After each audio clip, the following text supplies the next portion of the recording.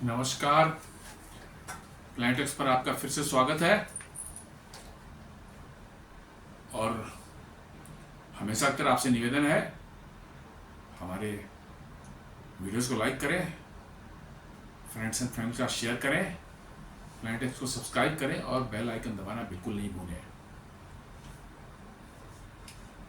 दोस्तों, ये टैरिफ वार जो है ये ट्रंप का जो है बढ़ता ही जा रहा है और विकराल रूप धारण लेता कर जा रहा है। अब इसके क्या असर होंगे, क्या असर नहीं होंगे, वो तो आने वाला समय बताएगा। लेकिन अब ये समझ में आ रहा है कि ये एक्चुअली टैरिफ का मामला है ही नहीं। ये बेसिकली जो है ट्रंप का जो दुनिया को और खासकर भारत को जो है नीचा दिखाने की उनकी कोशिश है और कुछ नहीं है। ऐसे टैरिफ से तो न व्यापार होता है, न किसी तरह की जो है इकोनॉमी बढ़ती है और न किसी को फायदा होता है, न टैरिफ लगाने वाले को और न टैरिफ जिस पर लगता है उस पर। कोई फायदा किसी को नहीं है, दोनों को नुकसान होना ही होना है। रादर कहें कि यदि इस केस में देखें तो ओवरऑल यदि आप देखेंगे कि इसके क्या असर पड़ेंगे तो असर भारत पर ही पड़ेंगे, लेकिन अमेरिका पर इससे ज्यादा असर पड़ने वाले हैं।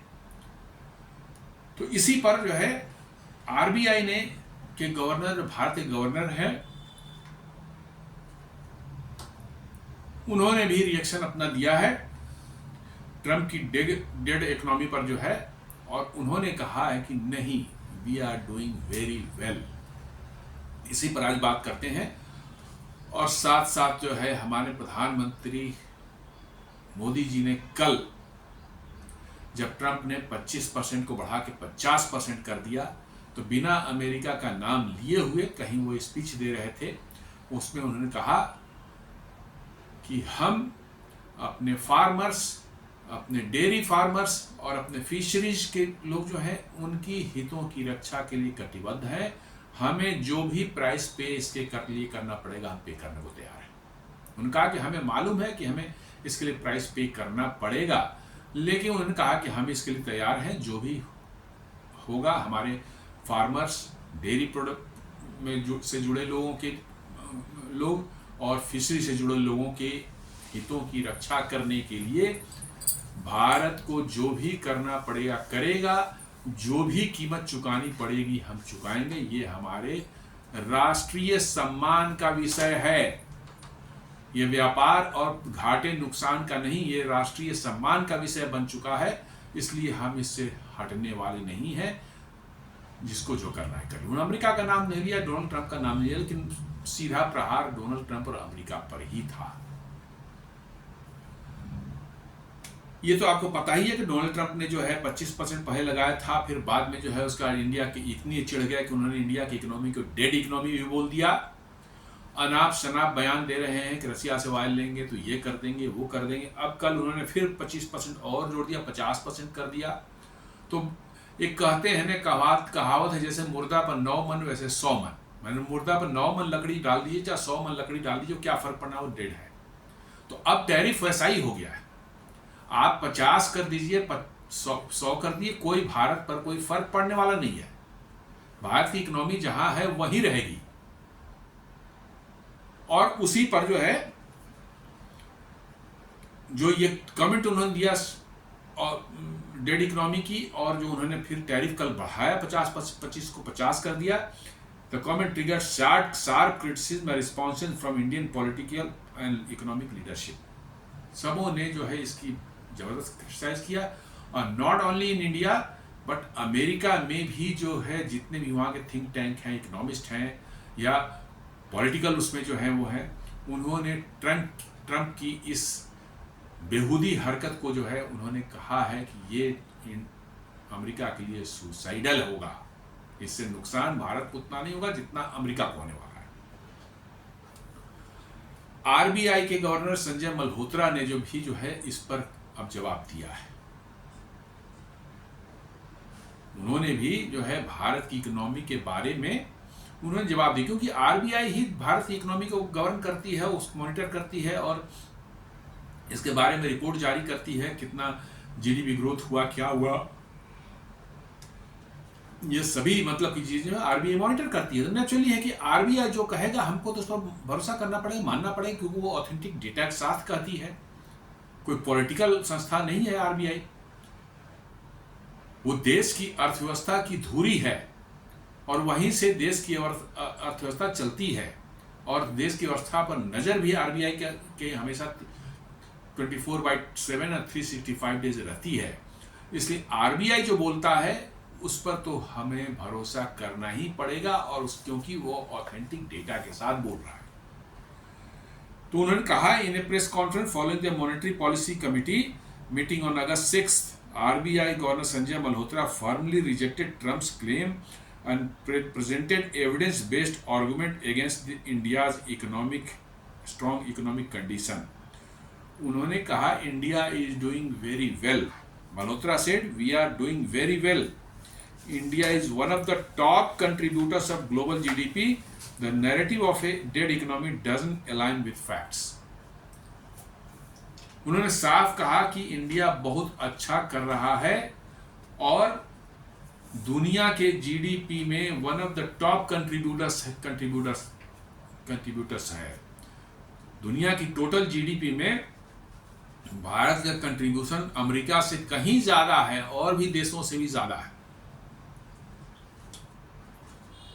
इसलिए उनका कहना है कि narrative of dead economy doesn't align with the facts. मतलब फैक्ट्स के साथ डेड इकोनॉमी वाला नैरेटिव जो ट्रंप ने चलाया है वो अलाइन बिल्कुल नहीं करता। वो बिल्कुल नहीं करता। ट्रंप चाहे जो भी बोल ले, लेकिन सच्चाई कहीं को कुछ और है, और उसी को आरबीआई गवर्नर ने जो बताया है। तो अब ट्रंप जो है ना उनके पास कोई डेटा होता है, ना उनके पास कोई इंफॉर्मेशन होती है। वो जहां भी जब मर्जी हो, जो मर्जी हो वो बोल देते हैं।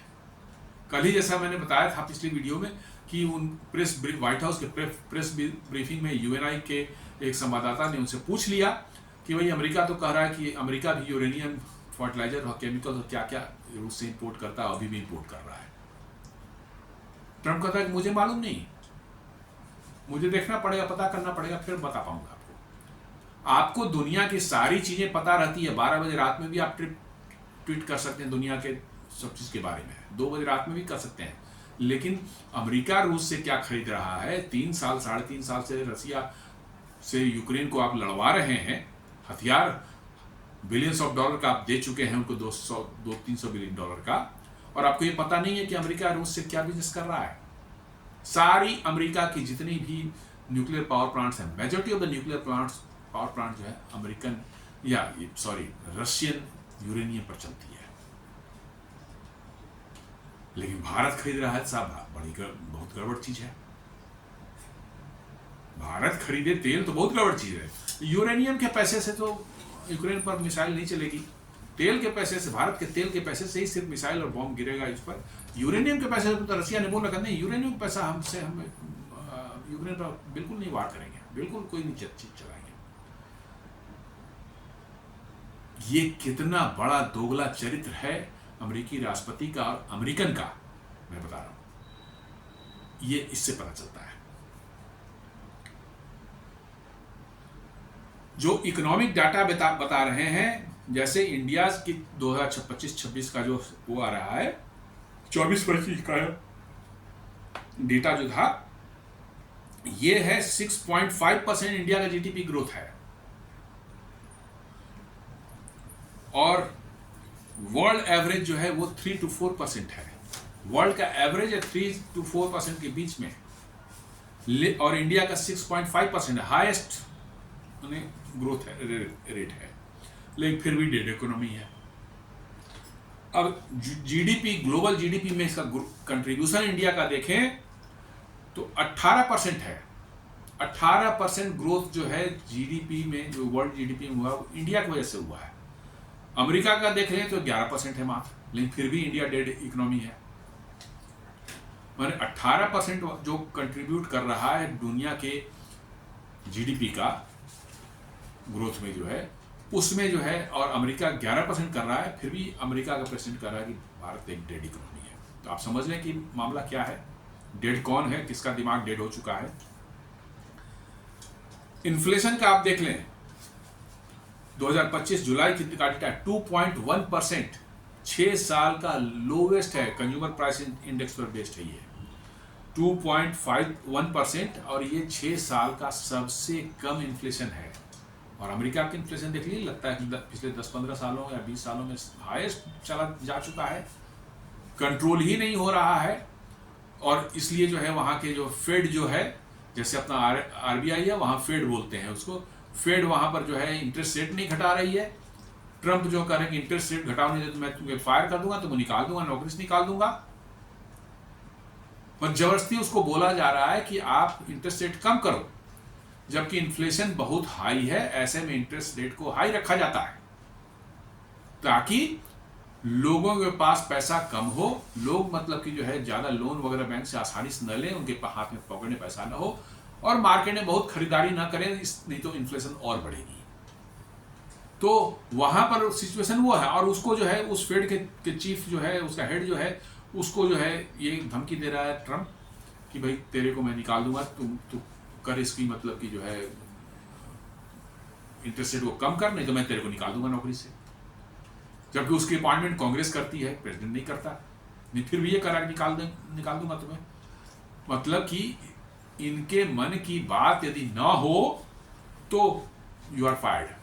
अभी 3-4 दिन पहले जो है जॉब ग्रोथ डेटा लेकर के जो वहाँ का जो कोई रजिस्ट्रार होगा या जो भी हो, जो कंपाइल करता हो डेटा जो है, वो लेकर प्रेसिडेंट पास किया। उसने बोला कि भाई यहाँ तो 1 लाख नौकरी की उम्मीद थी, यहाँ 70,000 भी नहीं आया। उसको बस अगले 10 मिनट के अंदर में ट्रंप ने नौकरी से ही निकाल दिया, क्योंकि न्यूज फ्लैश होकर के बाहर मीडिया में आ गई। और ये बोले थे कि हम जॉब लाएंगे, अमेरिका में जॉब ग्रोथ होगा।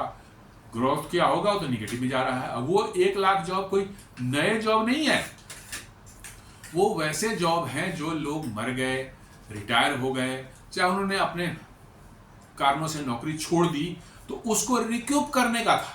माने 1 लाख जॉब, जो 1 लाख नौकरियां खाली हो गई थी बिकॉज ऑफ द न्यू नहीं थे ये नौकरियां खाली हुई थी बिकॉज ऑफ द डेथ हो गया, चाहे वो रिटायर हो गए, चाहे उन्होंने खुद से अपने नौकरी छोड़ दी किसी वजह से, जो है पर्सनल कारणों से, उनको फिलअप करने की बात थी। मतलब कि नई तो नहीं जनरेट हुई, लेकिन जितनी थी उसमें भी आपका घट गया। इसका मतलब job growth is going down hill. ये निगेटिव है, पॉजिटिव नहीं है। और ये इतना बौखलाए कि बेचारे को उसकी नौकरी जो है 10 मिनट के अंदर में सीधे खत्म कर दी, उसकी नौकरी चली गई। अब तो इनके साथ काम कौन करेगा, इनको फैक्ट कोई बताएगा तो उसको नौकरी 2 मिनट में खा जाएगा ये आदमी।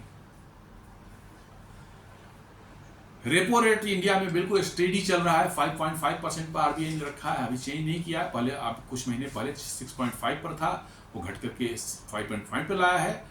परिस्थितियां और अच्छी होंगी, और नीचे आ सकता है। मतलब कि कोई दिक्कत यहाँ की इकोनॉमी में कहीं से नहीं, आरबीआई के गवर्नर के हिसाब से बिल्कुल दुरुस्त चल रही है। और उसको ये एक मैग्लोमैनियाक आदमी जो है, जिसको कहते हैं, वो कह रहा है कि ये डेड इकोनॉमी है। दरअसल डेड इकोनॉमी इंडिया नहीं है, डेड इकोनॉमी अमेरिका बनते जा रहा है। न वहां जॉब ग्रोथ होने वाली है, न वहां एक्सपोर्ट बढ़ने वाला है। उनकी डिपेंडेंसी जो है इंपोर्ट पर बढ़ते ही रहना है। और आने वाले समय में उनके यूनिवर्सिटीज से इनोवेशन भी गायब होने वाला है। ये साफ दिख रहा है, ये दिख रहा है। जो अमेरिका 1969 में मनुष्य को चांद पर भेज सकता था, उसके जो है अंतरिक्ष यात्री लो अर्थ ऑर्बिट में जो है सुनीता विलियम्स और 2-3 लोग जो हैं, वो 12 महीने तक फंसे रहे। और ये हेल्पलेस अमेरिका कुछ उसको ला नहीं सकता था। 12 महीने बाद जो है स्पेस एक्स का एक क्राफ्ट गया, किस तरह से उसमें ही समस्या थी, उसको भी लेकर के आए, फिर दोबारा भेजने की हिम्मत नहीं हो रही है। मतलब ये हालत अमेरिका की इनोवेशन की है। क्यों? सारे के सारे यूनिवर्सिटी, जो आईवी लीग यूनिवर्सिटी, जिसको एक आईवी लीग वहां पर अलग चलता है, बिल्कुल एलीट यूनिवर्सिटी जिसको बोलते हैं, हार्वर्ड है, स्टैनफोर्ड है, वार्टन है, क्या क्या सब नाम सब दे रखा है। सारे के सारे फ्रॉड्स भरे हुए उसमें, सारे फ्रॉड्स भरे हुए हैं उसमें। पुराना नाम जो है अपना इस्तेमाल कर रहे हैं और कुछ नहीं है। पूरे के पूरे उसमें खाली लेफ्टिस्ट बच्चे भरे हुए हैं। उनको जो लेफ्टिस्ट नहीं है वहाँ के माहौल में और नैरेटिव को में जो है उनको घोल दिया जाता है। सारे के सारे लेफ्टिस्ट बन चुके हैं। वो क्या रिसर्च करेंगे और क्या इनोवेशन करेंगे? ये तो दिख रहा है पिछले कुछ सालों से अमेरिका ने क्या नया बनाया है, आप बता दें। कुछ भी नहीं, नथिंग। लेकिन हेकड़ी है कि वही जाती नहीं। मेरा अपना अनुमान है कि अगले 10 से 15 सालों में अमेरिका की इकोनॉमी लगातार नीचे जाएगी और उनकी जो क्षमता थी दुनिया को नियंत्रित करने की, हाईटेक डेवलपमेंट को लेकर के जो है, जो इनोवेशंस, जो हाईटेक इनोवेशंस होती है, कटिंग एज टेक्नोलॉजी की इनोवेशंस होती है, वो शक्ति अमेरिका की अब क्षीण हो रही है धीरे धीरे। एकदम बिल्कुल इसको स्पष्ट दिख रहा है, क्योंकि ये पावर उसको आती थी कहाँ से? यूनिवर्सिटीज से। अभी आपने देखा होगा कुछ महीने पहले कैसे यूनिवर्सिटीज में जो है फिलिस्तीनियों के सब समर्थन में और इजराइल के विरोध में कैसे तमाशा सारे अमेरिका की यूनिवर्सिटी, बड़ी बड़ी यूनिवर्सिटी में हुआ। कोलंबिया यूनिवर्सिटी है, बोस्टन है, कहाँ कहाँ जो है मैंने पढ़ाई लिखाई छोड़ करके हफ्तों तक जो है टेंट लगा करके बाहर बैठे हुए यूनिवर्सिटी के सामने में प्रदर्शन कर रहे हैं। और तो पुलिस आकर क्या क्या कर वहाँ पर हुआ सब दुनिया ने देखा। इसका यही कारण है, उनके यूनिवर्सिटीज़ की में जो है दीमक लग चुकी है। एक तो अमेरिकन ऐसे ही नहीं पढ़ना चाहते थे, अब तो सारे के सारे वहाँ पर सब फिलिस्तीनी, मिडिल ईस्ट वाले जो है, पाकिस्तानी, बांग्लादेश, इंडिया, यही सब जाते हैं वहाँ पर। इसका मतलब अमेरिकन तो खुद पढ़ते नहीं है, पढ़ने लिखने का वहाँ रिवाज ही खत्म हो चुका है। तो इसलिए जो है उनकी इनोवेशन क्षमता जो है धीरे धीरे नीचे जा रही है। और ये इनोवेशन ही इंडिया अमेरिका को टॉप पर रखे हुए था, और कुछ नहीं था। दो चीजें हैं, इनोवेशन और एक मैनिपुलेट करके जो है इन्होंने पेट्रो डॉलर बना रखा है 2074 से जो है डॉलर को। यही दो चीज अमेरिका का मुख्य हथियार है, और इन दोनों में जो है पर डेंट लगने जा रहा है अगले कुछ दिनों में। दुनिया की और देश जो है ऑल्टरनेट करेंसी में व्यापार करने की व्यवस्था देख रहे हैं, और इनोवेशंस वहाँ की यूनिवर्सिटी में जो है धीरे धीरे जो है आप देख रहे हैं जो माहौल वहाँ की यूनिवर्सिटी में बन चुका है। LGBTQ ये सब जो है लेफ्टिस्ट वाला, कहीं हो जाए गजा के लिए कर देंगे। भारत में कश्मीर में हो गया इतना बड़ा, कश्मीरी पंडितों का 90s में कोई नहीं बोलेंगे, लेकिन गजा में हो जाएगा, पता नहीं क्या इनका हो जाए। बड़ा गजा के लिए प्रेम उनका उभरता है यूनिवर्सिटीज़ का जो है। क्यों? उनको वहीं से फंडिंग मिल रही है, जो कि इस्लामिस्ट और ये लेफ्टिस्ट जो लोग हैं वही लोग उनको फंड करें यूनिवर्सिटी को। तो वो क्या कर पढ़ाएंगे? ये तो लेफ्टिस्ट और इस्लामिस्ट दोनों ही ऐसे हैं, ग्रुप हैं जो चाहते हैं कि आप नॉलेज गेन ना करें, आप अशिक्षित रहें, मतलब कि बिल्कुल मूर्ख रहें, ताकि आप उनको झोला ढोते रहें। आप उनको जो एक बोले कॉल दें, आप चल पड़े उनके पीछे। यही तो उनका होता है, उनका मोडस ऑपरेंडी यही है। और अमेरिका उस जाल में फंस चुका है पूरी तरह से, और ये ट्रंप को समझ में नहीं आ रहा है। अब ये देखिए, इन्होंने टैरिफ जो 50% लगाया है, इससे हमारे कौन कौन से सेक्टर्स जो है बहुत ज़्यादा है। जैसे उन्होंने पेट्रोलियम को छोड़ दिया है, फार्मास्यूटिकल को छोड़ दिया है, और स्मार्टफोन छोड़ दिया है। स्मार्टफोन पर 0% टैरिफ लगेगी, फार्मास्यूटिकल्स पर भी 0% टैरिफ अभी लगेगी। पता नहीं आगे क्या होगा उनका। बीच रात में 2 बजे रात में कभी नींद खुल गई तो कुछ और ही टैरिफ लग जाएगा। पेट्रोलियम प्रोडक्ट पर 6.9 पहले था, अभी भी 6.9 ही लगेगा। इधर जो है आपको श्रिम्स पर 50%, ऑर्गेनिक केमिकल 54%, कारपेट्स 52.9% हो जाएगा। आपको अपैरल वोवेन जो है वो 60.3 हो जाएगा। टेक्सटाइल जो है मेडअप माने रेडीमेड गारमेंट वो 659 हो जाएगा। डायमंड गोल्ड एंड प्रोडक्ट्स जो है 52.1 हो जाएगा। स्टील, एल्युमिनियम, कॉपर ये सब 51.7 हो जाएंगे। मशीनरी एंड मैकेनिकल अप्लायंसेज 51.3 हो जाएंगे। व्हीकल एंड पार्ट्स जो हैं वो 26% रहेंगे। एंड फर्नीचर, बेडिंग, मैट्रेसेस ये 52.3 पर रहेंगे। तो ये कुछ बड़े सेक्टर्स मैंने बताया जिस पर कि जो है ज़्यादा इम्पैक्ट पड़ेगा। लेकिन लोगों का कहना है कि ये 8 से 10 बिलियन डॉलर, 12 बिलियन डॉलर तक का शायद असर पड़े, क्योंकि पेट्रोलियम, फार्मास्यूटिकल और स्मार्टफोन ये बहुत बड़ा चंक में वहाँ पर जाता है, और उसको उन्होंने एग्जेम्प्ट कर रखा है। तो हमें लगता है कि इसका 8 से 10-15 बिलियन तक जा सकता है, ज़्यादा नहीं जाएगा। RBI broader strategy and analysis, RBI का मल्होत्रा, आरबीआई के गवर्नर जो है उन्होंने Malhotra acknowledge the US tariff escalation as a growth risk. कह रहे हैं कि ग्रोथ रिस्क है, इससे हमारे ग्रोथ पर फर्क पड़ेगा, बट ये नॉट इन्फ्लेशनरी, माने इन्फ्लेशन पर से हमारा फर्क नहीं पड़ने वाला है। He explained that while tariffs might suppress exports and investment in the short term, India's domestic demand and self-resilient manufacturing sector remains key strength. उनका कि हाँ एक्सपोर्ट पर जरूर फर्क पड़ेगा, थोड़ा बहुत फर्क पड़ सकता है, लेकिन हमारी डोमेस्टिक डिमांड जो है और रिसिलियंट मैन्युफैक्चरिंग प्रोसेस जो है, सेक्टर जो है, उस पर वही इंडिया का मजबूती है, वही इंडिया को जो का स्तंभ है मजबूती का।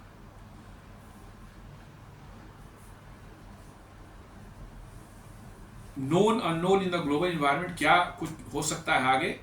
RBI flagged several global uncertainties affecting India, US India trade deal stalled. अब डील कम होती है, फिर आने वाली है, उनकी टीम जो 25 अगस्त को शायद डील होती है या नहीं होती है, ये एक अनसर्टेनिटी बनी हुई है, और इसकी वजह से जो है थोड़ा डॉलर बना रहेगा आने वाले समय में।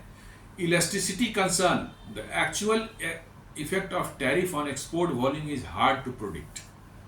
मतलब कि जो है इसका क्या इफेक्ट पड़ेगा ये मुश्किल है, क्योंकि यदि जिस प्रोडक्ट पर उन्होंने बढ़ाए हैं टैरिफ और आपको उसके ऑल्टरनेट मार्केट मिल जाते हैं तो शायद आपको नहीं उतना असर पड़ेगा। यदि आपको ऑल्टरनेट मार्केट मिल जाते हैं और वो माल जो अमेरिका जा रहा था वो कहीं और चला जाता है तो आपका काम बन गया। आपको थोड़ी अनसर्टेनिटी इसमें बनी हुई है। जियो इकोनॉमिक फ्रेगमेंटेशन जो है, rising protectionism in major economies leading it to trade blocs and decoupling from global value chain. मतलब कि जो अनसर्टेनिटीज जो बनी हुई है इसकी वजह से छोटे छोटे अलग ट्रेड ब्लॉक्स बन रहे हैं। जैसे आपने एशियन देखा है, 5-6 कंट्रीज का पहले से बना हुआ है, अब ब्रिक्स भी एक ट्रेड ब्लॉक की तरह उभर रहा है। इंडिया यूके ने बायलेटरल ट्रेड किया है, इंडिया ने यूरोप EFTA जो है 4 कंट्रीज का यूरोप में जो है उसके साथ फ्री ट्रेड एग्रीमेंट इंडिया ने किया है। मतलब अब वो ग्लोबल जो है WTO का स्टैंडर्ड के सारे देश एक दूसरे नहीं, बाइलेटरल जो है आपस में वही होगा। छोटे छोटे ट्रेड ब्लॉक्स बना करके जो है अब दुनिया इधर ही ऐसे ही चलेगी, और धीरे धीरे डीकपलिंग बड़ी बड़ी माने ग्लोबल सप्लाई चेन से देश अपने आप को डीकपल कर रहे हैं ताकि वो सेल्फ रिलायंस हो सके, ज़्यादा डिपेंडेंसी दूसरों पर न रखें। अब मैं कोई सामान बना रहा हूँ, मेरा कोई प्रोडक्ट है, उसमें 10 चीज़ें बाहर से आ रही, तो मैं कोशिश करूँगा कि उसमें 10 बाहर से ना आवे, 1-2 से ज़्यादा बाहर से नहीं आए, या 10 के 10 में ही भारत में बनवा लूँ कहीं, या खुद बना लूँ, या नहीं तो मिनिमम बाहर पर डिपेंडेंसी मिनिमम मेरी होनी चाहिए। तो ग्लोबल सप्लाई चेन पर इसका असर पड़ रहा है। आप हर कंट्री एक दूसरे पर भी बिलीव नहीं कर रहा है, हर कोई चाह रहा है कि कहीं बाहर से मेरी जो पर डिपेंडेंसी है उसको किस तरह से हम कम करें। तो ऐसे में उन देशों को ज़्यादा नुकसान होता है जहां पर प्रोडक्शन नहीं है और कंजम्पशन ज़्यादा है, और वही अमेरिका है। वहां पर छोटे माने लो टेक या मीडियम टेक के प्रोडक्ट्स जो हैं वो बनते ही नहीं है, वहां सिर्फ हाई टेक वाले बनते हैं, और consume low tech and medium tech वाला ही होता है, या डेली यूज की चीजें होती हैं वो होती हैं, वो वहां बनता नहीं है, सब बाहर से मंगाते हैं। इंडिया में जो बनता है उसका 65% तो हम खुद इंडिया में कंज्यूम कर जाते हैं। हमारी जीडीपी का 65% मतलब कंजम्पशन भारत में है। और एक रिपोर्ट बताती है आरबीआई का, IMF का, कि 2030 तक जो है भारत का internal consumption it will rise up to 70%। मतलब हम 65 से बढ़ के हम 70% हो जाए, मतलब हमारी एक्सपोर्ट डिपेंडेंसी जो है वो और घटेगी। और चाइना तो 100% मतलब कि 90%, 80 to 90% जो है डिपेंडेंट है एक्सपोर्ट पर ही। मतलब एक्सपोर्ट में कोई असर हुआ तो आपकी इकोनॉमी गई नीचे गड्ढे में।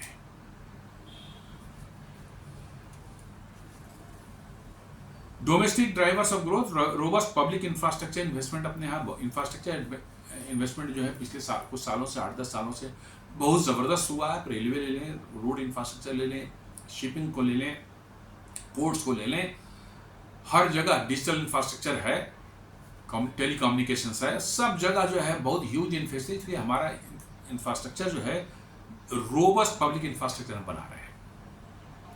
Resilient rural and urban consumption demand, हमारी अर्बन और रूरल कंजम्पशन डिमांड जो है वो लगातार बनी हुई है, वो रिसिलियंट है। उसको टैरिफ से उस पर कोई असर नहीं पड़ने वाला। डिमांड बनी हुई है, बाहर टैरिफ लगाइए कोई फर्क नहीं पड़ता, भारत को कोई फर्क नहीं पड़ने वाला है। यहाँ पर अभी भी डिमांड बनी हुई है और उस डिमांड की वजह से ही भारत की इकोनॉमी जो है को मिल रही है, ग्रोथ मिल रही है। Steady growth 14% year to year in Q1 of financial year 26। Year to year आप देखेंगे तो फाइनेंशियल ईयर 26 में जो है Q1 में जो है 14% का ग्रोथ आया है। Quarter to quarter, year to year में आप देखेंगे तो Q1 का देखेंगे, पिछले साल के फर्स्ट क्वार्टर से इस साल के फर्स्ट क्वार्टर में 14% का ग्रोथ है। Phenomenal growth. Expanding formalisation of the economy via UPI, GST, Aadhaar, मतलब ये सब हमारे ऐसे रोबस्ट एक इंफ्रास्ट्रक्चर बन गए। यूपीआई हो गया, जीएसटी, आधार, ये सब जो है ये वर्चुअली जो है आपकी इकोनॉमी को एकदम बिल्कुल सिस्टमेटाइज कर दिया है इन्होंने। फाइनेंस का फ्लो हो, टैक्सेस के फ्लो हो, उन सबों को एकदम बिल्कुल सिंप्लीफाई करके उन्होंने कर दिया है ऐसा कि भाई अब ज़्यादा दाएं बाएं करने की किसी के पास स्कोप नहीं है। और इसलिए जो है कलेक्शंस आप देखिए, जीएसटी कलेक्शंस भी बढ़ता जा रहा है, यूपीआई का इस्तेमाल भी बढ़ता जा रहा है। आधार एक बन गया ऐसा जिसके आधार पर जो है आपकी आइडेंटिटी दुनिया में भारत में कहीं पर भी इमीडिएटली ऑनलाइन डिजिटल उसमें इंफ्रास्ट्रक्चर में आप डाल सकते हैं और आप अपना जो भी काम करना है कर सकते हैं। पॉलिसी एंकर्स जो हैं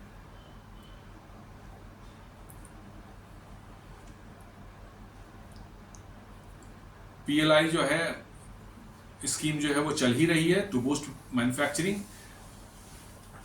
make in India, attracting FDI in electronics, defence and semiconductors, इन सबों में एफडीआई बड़े स्केल पर आ रही है।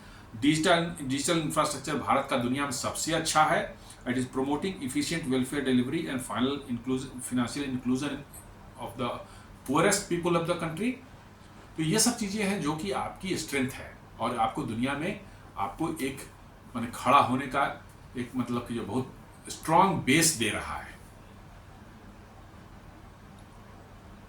जीडीपी साइज आप देख लें, भारत की 4.1 ट्रिलियन है और आईएमएफ खुद कहती है कि 2027 तक जो है भारत जो जर्मनी को छोड़कर पीछे छोड़कर जो है थर्ड इकोनॉमी बन सकता है दुनिया का। ये आईएमएफ की रिपोर्ट है, भारत की नहीं है।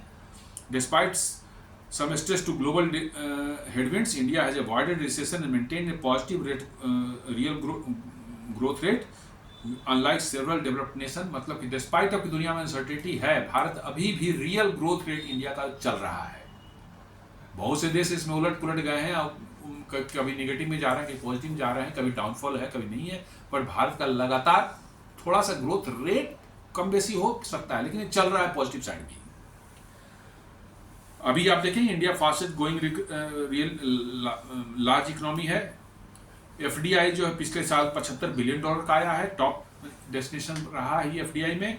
और net exporter of services accept in specially in IT, fintech and consultancy services में नेट एक्सपोर्टर रहा है।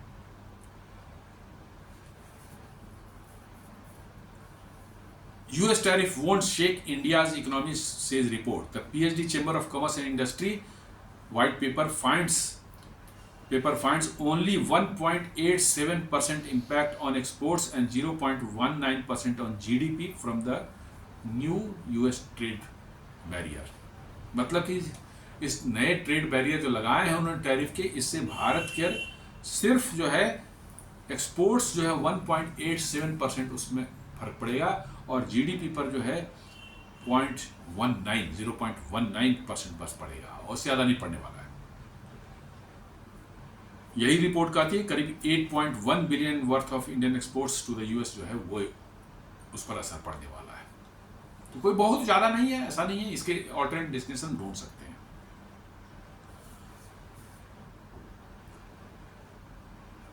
मॉनेटरी पॉलिसी हमेशा से दुरुस्त रखा आरबीआई ने, एकदम बिल्कुल टाइट रखा है, दाएं बाएं नहीं करने दे रहा है। इसके कारण आपकी इकोनॉमी सही डायरेक्शन जा रही है। डोमेस्टिक सेल्फ रिलायंस के लिए जो है पुश प्रधानमंत्री ने दे रखा था पहले से, फिर दोबारा से अभी 1 तारीख को उन्होंने फिर से बनारस में बोला है कि सेल्फ रिलायंस हमें होना है, आप उन्हीं सामानों पर खरीदने पर ज़्यादा ध्यान दें जो भारत के में बने हुए हैं, भारतीय लोगों ने बनाया है। Diplomatic and trade counter measures जो है ये WTO वगैरह पे जो है भारत जो है एक्शन ले रहा है यूएस के अगेंस्ट में, और देखें उसके परिणाम क्या आते हैं। तो ये सब चीज़ें आपको जो आपको कहीं ना कहीं एक शील्ड दे सकती है आने वाले फ्यूचर में जो है। और इसी बीच में जो है एक और न्यूज़ आ गई कि अमेरिका को ये मैसेज दिया गया है, और कुछ नहीं, इसमें सिर्फ मैसेजिंग है कि NSA अजीत डोवल इन रसिया, मतलब ये रसिया गए हैं और उनकी फ़ोटो भी आ गई। व्लादिमीर पुतिन जो है वहाँ के राष्ट्रपति, उनसे मिलते हुए, और वहाँ पर क्रूड ऑयल पर बात हुई है, S-400 पर बात हुई है जो हमारे पेंडिंग है, अभी मिलने हैं, उस पर बात हुई है, और सुपर सुखोई अपग्रेड जो सुखोई 30 MKI का होना है उसकी बात हुई है। और अब उस पर और एक और मिर्ची लगने वाली, S जयशंकर भी जाने वाले हैं, और PM मोदी भी जो है चाइना जाने वाले हैं। कब? SCO मीट में, अभी शायद अक्टूबर में नहीं, सितंबर में जाएंगे शायद ये, और वहाँ पर जी जिनपिंग और पुतिन से उनकी बायलैटरल मीटिंग हो सकती है। और ये दोनों कुछ नहीं, बस सिर्फ जो है यूएस को मैसेजिंग है कि ठीक है आप हैं तो लगाओ टैरिफ, आप भाड़ में जाएं, हमारे भी अपने ट्रेड ब्लॉक बन सकते हैं और हम अपनी ट्रेड जो है दूसरी डायरेक्शन में ले जा सकते हैं।